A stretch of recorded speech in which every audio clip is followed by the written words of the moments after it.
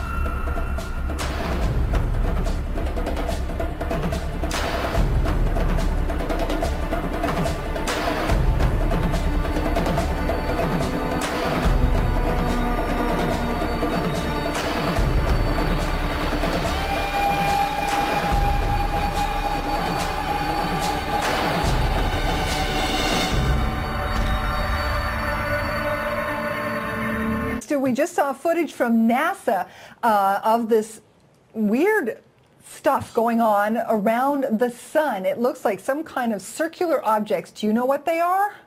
Yes, I do. Oh, boy, what? And you know, NASA claims it's the result of problems with their equipment. But, you know, if you look at my DVDs on simultaneous existence, I state in there that all universes, parallel universes, are connected. In one universe, a black hole pulls in energy and releases it in another universe as a star. So a star in one universe is a black hole in another, and vice versa. And that is how energy is balanced between all of creation and all the parallel universes. And advanced civilizations that know how to use this and can survive the transport between these two types of stars and black holes use the stars to exit into a universe in order to travel between them. What we are seeing here in that video are the exits of huge ships traveling interdimensionally from one universe into our universe, using the star as a gate, if you will, as an entry point. That is what is shown there on that video, which basically verifies what I said in my DVDs. Wow. So any idea if they're with any kind of positive or negative influence on us? Are they here to see us by any chance, or are they just kind of hanging out? Well, another part of what I've been talking about recently is what's going on in the Kuiper's Belt. And our solar system has been surrounded by huge vehicles, which have been actually mentioned on CNN, BBC, AOL News for the last 2 years. In fact, almost every day they had been reporting a new object seen. This one is moving, that one's moving. And then all of a sudden they dropped it. And then in order to cover the story, make people not too suspicious, they said, you know what? The planet Pluto is really part of that group of objects in the Kuiper's Belt, so it's really just normal. And in fact, Pluto's not a planet anymore, it's something else. If you remember that whole that was debacle. Silly. Yeah, that whole thing about Pluto not being a planet anymore. Right, and to this day we don't know what they classified it as, but it was just a cover so that people would not pay attention to what's going on out there. These objects that we see exiting the sun are connected to the Kuiper Belt. There is a real fleet out there that's been massing for the last 2 years, and it has intentions that no one knows about, but I can only tell you that in order for a group like that to create such a massive fleet, obviously they have something in mind, and it isn't howdy neighbor. This is like, it's like a real-life Independence Day. It is, but you know what? The powers that be on this planet, the Illuminati, are a bit concerned about that.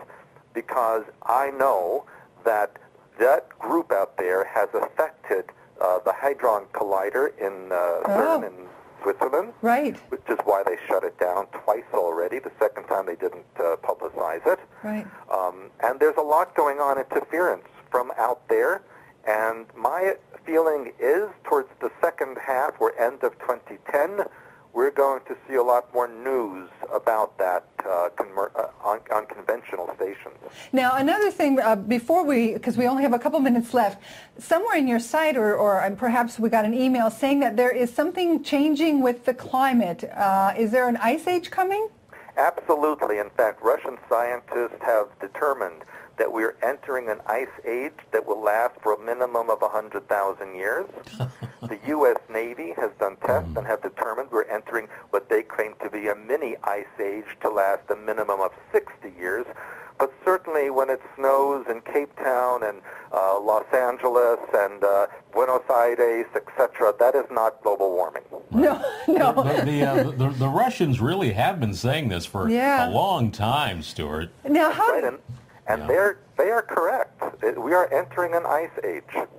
So besides this coming up, do you see anything else? I mean, you can time travel, not physically, right? You do it with your mind. Is it kind of like remote viewing?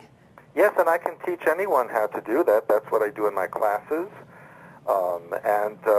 You know, we only utilize 10% or less of our brain capacity. Right. If you learn to use the other 90%, or at least a portion thereof, there are many things you can accomplish. Stuart, how do people find out more? Your website is? Expansions.com. All right, and all the information about how to get your products is there, right? And also the classes, and you can actually, one of the things that I would like to have done is to find out where we should be geographically, because you can also help people choose where is the best place for them, right? Absolutely. I do geographic locators where I take the frequency and I plug it in basically to where on the earth you fit the best and match the most. Stuart, I would one day just love to sit down and talk with you for a week. That's how I feel. In all of our mutual spare time. Thanks so much, a lot, Stuart. Well, thank you very much. Real pleasure having you here. Good night. Listen, stay tuned for Matrix TV's Jerry Day with another segment coming up called Big Brother is Telling You. Climate Worship. Good timing, huh? Yeah. Quite a segment. Stay tuned.